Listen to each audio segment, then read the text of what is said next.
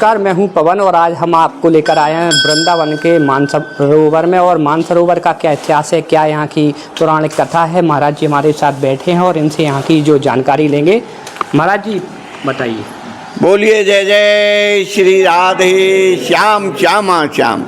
मान सरोवर मान को भर्यो रहे दिन रैन, जहाँ जहाँ प्यारी पग धरे लाल धरे दो नैन। देखिए, द्वापर में भगवान श्री कृष्ण का अवतार हुआ और द्वापर में यमुना किनारे बंसी वट पर वृंदावन में महाराज हुआ। शरद पूर्णिमा की रात्रि थी जिसमें महाराज हुआ। वो रात्रि 6 महीने की हो गई। महाराज में अनगिनत गोपियाँ थीं, इतनी गोपियाँ थीं कि हम और आप उनको गिन नहीं सकते थे।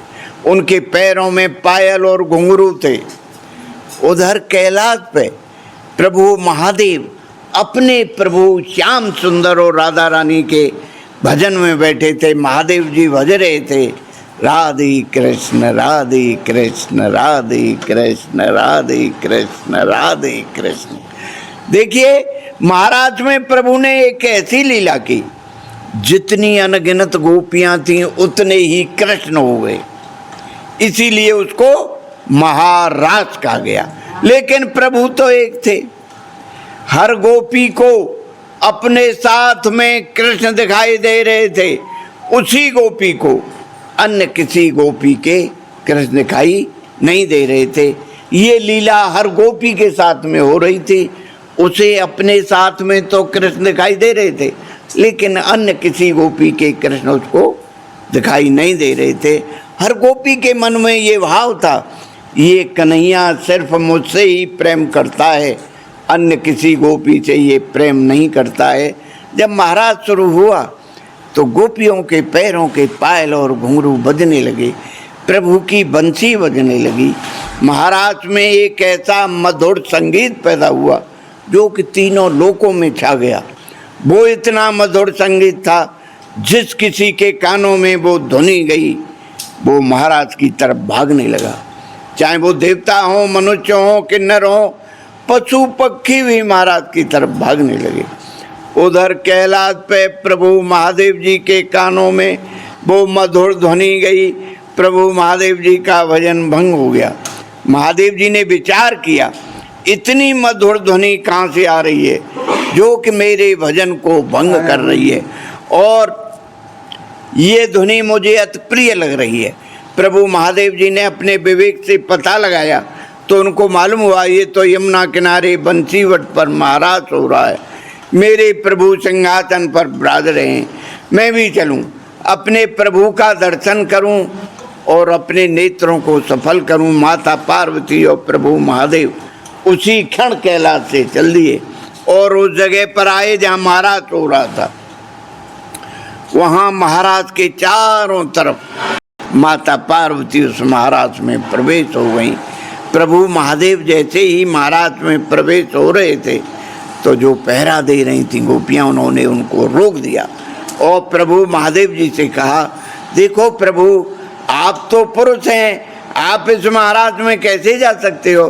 प्रभु, इस महाराज में सभी गोपियाँ जनानी हैं, केवल प्रभु श्याम सुंदर एक पुरुष हैं, दूसरा पुरुष इसमें नहीं जा सकता।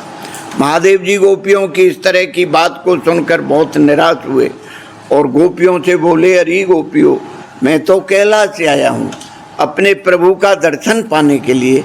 आप लोग मुझे कोई उपाय बताइए जिससे मैं भी प्रभु का दर्शन कर सकूँ। गोपियाँ बोली, प्रभु बहुत आसान उपाय है, यहाँ पास में यमुना जी बहती हैं, आप वहाँ जाइए, यमुना जी में आप स्नान करिए और यमुना जी से प्रार्थना करिए कि हे यमुने, मेरा गोपी रूप हो जाए।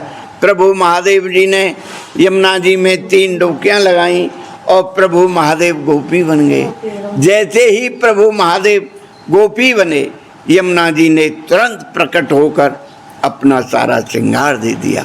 अब प्रभु महादेव गोपी बनकर सज धज कर जैसे ही उन्होंने महाराज में प्रवेश किया, प्रभु की उन पर नजर गई तो प्रभु तुरंत सिंहासन से खड़े होकर बोले, आइए गोपेश्वरी, आइए गोपेश्वरी।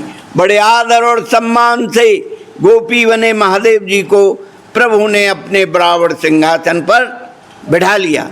ध्यान दीजिए, उसी समय से महादेव जी को गोपेश्वर महादेव के नाम से पुकारा जाता है। बोलिए गोपेश्वर महादेव की जय। लेकिन इस बात से राधा रानी रूठ गई और रूठ कर गोपियों से बोली, अरे गोपियों देखो आज हमारे कन्हैया ने क्या लीला की है।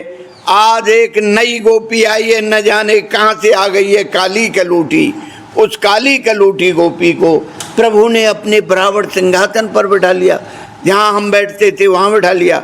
और इस काली कलूटी गोपी से प्रभु ने कहा है गोपेश्वरी। हम जितनी भर गोपियाँ हैं सबकी ईश्वर बना दिया इसको। प्रभु ने हमसे तो कभी गोपेश्वरी नहीं कहा, जबकि हम प्रभु की सबसे बड़ी गोपी हैं। इसी बात पर राधा रानी रूठ कर नंगे पैर पैदल चलकर महाराज में से यहाँ आकर बैठ गई।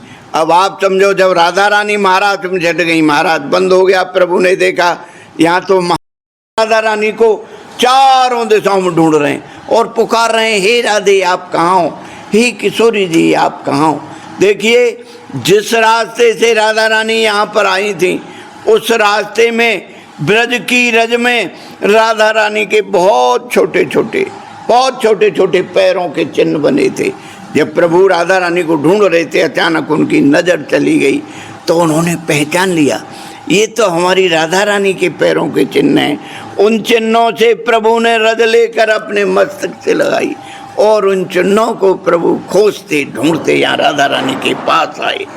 यहाँ आकर प्रभु ने राधा रानी को खूब मनाया। राधा रानी मनने में नहीं आई। तब प्रभु इनके पैरों में पड़ गए और बोले, देखो राधे आप रूठ गई, नाराज हो गई। वो कोई मामूली गोपी नहीं थी। अरे कैलाश से प्रभु महादेव आए थे गोपी बनकर महाराज देखने के लिए। देखो राधे अब आप अपनी गुस्सा छोड़ो और हमारे साथ चलो। राधा रानी बोली, प्रभु अब मैं कैसे चलूं, मैं महाराज में से नंगे पैर पैदल चल कर आई हूँ। प्रभु देखो मेरे पैरों में छाले पड़े हैं, मैं बहुत थकी हूँ प्रभु, अब मैं नहीं चल सकती। प्रभु बोले, अच्छा राधे आपके पैरों में छाले हैं, आप नहीं चल सकती हो तो आओ हमारे कंधे पे बैठो। जैसे ही राधा रानी प्रभु के कंधे पे बैठने को होती हैं, प्रभु अंतर्ध्यान हो जाते हैं। जब प्रभु अंतर्ध्यान होते हैं तो राधा रानी प्रभु की याद कर कर के खूब रोती हैं, मेरे श्याम कहाँ गए, मेरे कन्हैया कहाँ गए। और प्रभु की याद कर कर के इतना रोती हैं, रोते रोते ये जो आप सरोवर देख रहे हो ये राधा रानी के आंसुओं से भर जाता है। यहाँ राधा रानी ने मान किया, रूठने को मान कहते हैं, और मान करने से उनके आंसुओं से ये सरोवर भरा है, इसी से इसको मान सरोवर कहा गया है। और इस स्थान को राधा रानी मान सरोवर धाम कहा गया है। यहाँ प्रभु अपनी बंसी और मुकुट राधा रानी के पास छोड़कर, नीचे जो मंदिर है राधा रानी का, वहाँ राधा रानी के पास छोड़कर वहाँ से द्वारिका चले गए। द्वारका में जब कभी भी आपको सौभाग्य मिले प्रभु के दर्शन का, तो वहाँ आपको बंसी और मुकुट का दर्शन नहीं होगा, वहाँ आपको सुदर्शन चक्र का दर्शन होगा।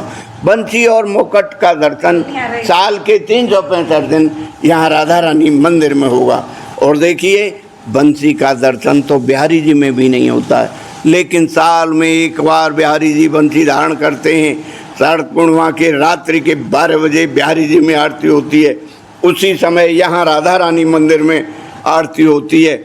लेकिन इस बंसी का दर्शन आपको शरद पूर्णिमा की रात्रि के 12 बजे यहाँ नहीं होगा, बिहारी जी में होगा।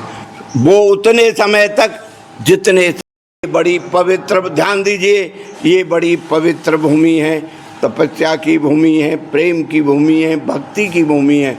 जब कभी भी सौभाग्य मिले यहाँ आने का, तो देखो इस सरोवर में स्नान करो, तो इस जल में से 5 छींटे जरूर डालिए, आचमन करिए, नेत्रों से जल लगाइए। देखिए, इस महान सरोवर में स्नान करने से, राधा रानी का दर्शन करने से मनोकामनाएं पूरी होती हैं और कलयुग के कष्ट और पापों से मुक्ति मिलती है।